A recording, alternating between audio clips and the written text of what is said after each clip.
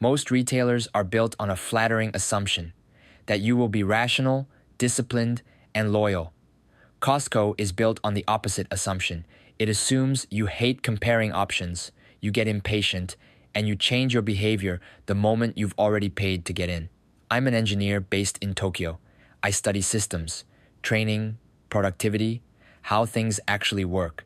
And Costco is one of the cleanest real-world systems I've ever seen because it doesn't fight human behavior, it uses it. So Costco doesn't start by selling you products. It starts by selling you commitment. Here is the hard number. In fiscal 2025, Costco reported $5.323 billion in membership fees. In the same year, it reported $10.383 billion in operating income. Operating income is simply the profit the business generates from running the stores before interest and taxes. So in plain language, more than half of Costco's operating profit is explained by people paying just to be allowed inside. That is not a normal retailer. That is a subscription business that happens to move physical goods.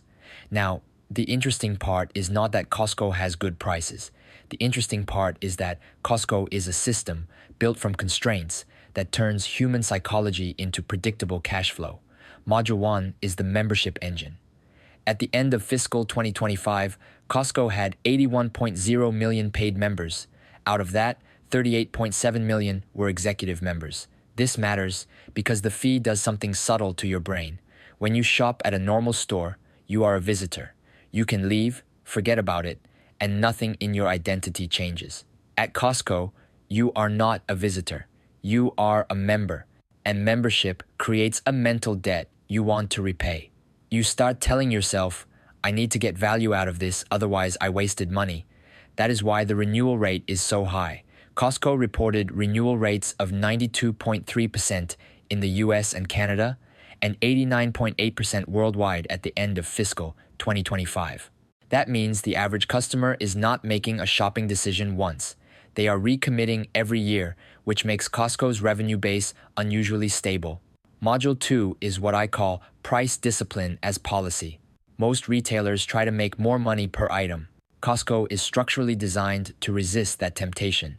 In fiscal 2025, Costco's operating model still sits on very thin merchandise economics, and the company's gross margin percentage was 11.12%. That number matters because it tells you what Costco is optimizing for. They are not trying to extract maximum profit from each purchase. They are trying to make the membership fee feel permanently justified. If the prices stop feeling meaningfully lower, the membership stops feeling necessary. So Costco treats pricing like a rule, not a mood.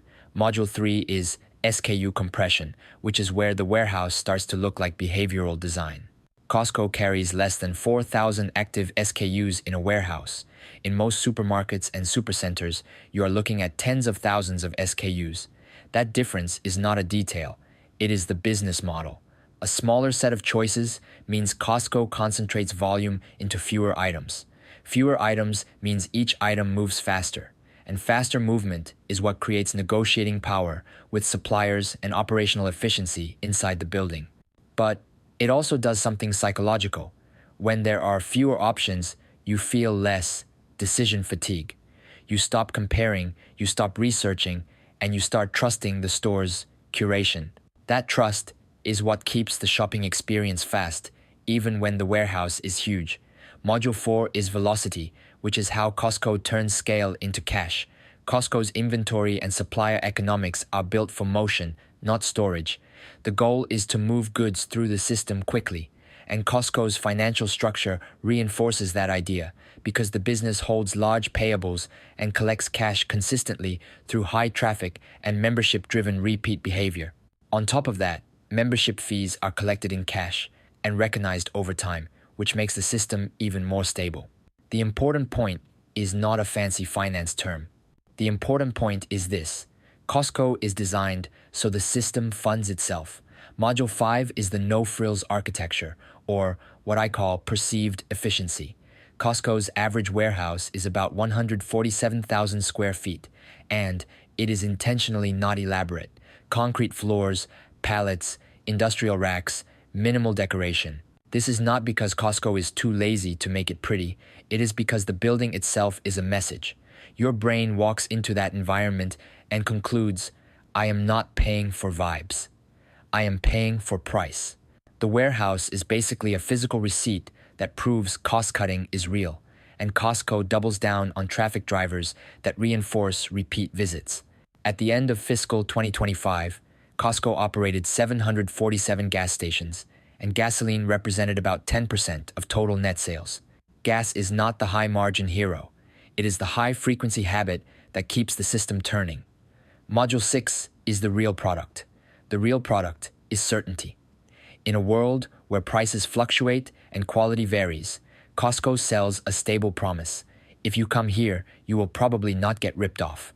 Membership fees create cash. Cash enables price discipline. Price discipline reinforces trust. Trust drives renewals, and renewals keep the entire loop alive. That is the Costco machine. So, if you are building a business or even trying to build a personal habit, here is the question you should steal from Costco. Are you relying on willpower and motivation, or are you building constraints that make the right behavior the default?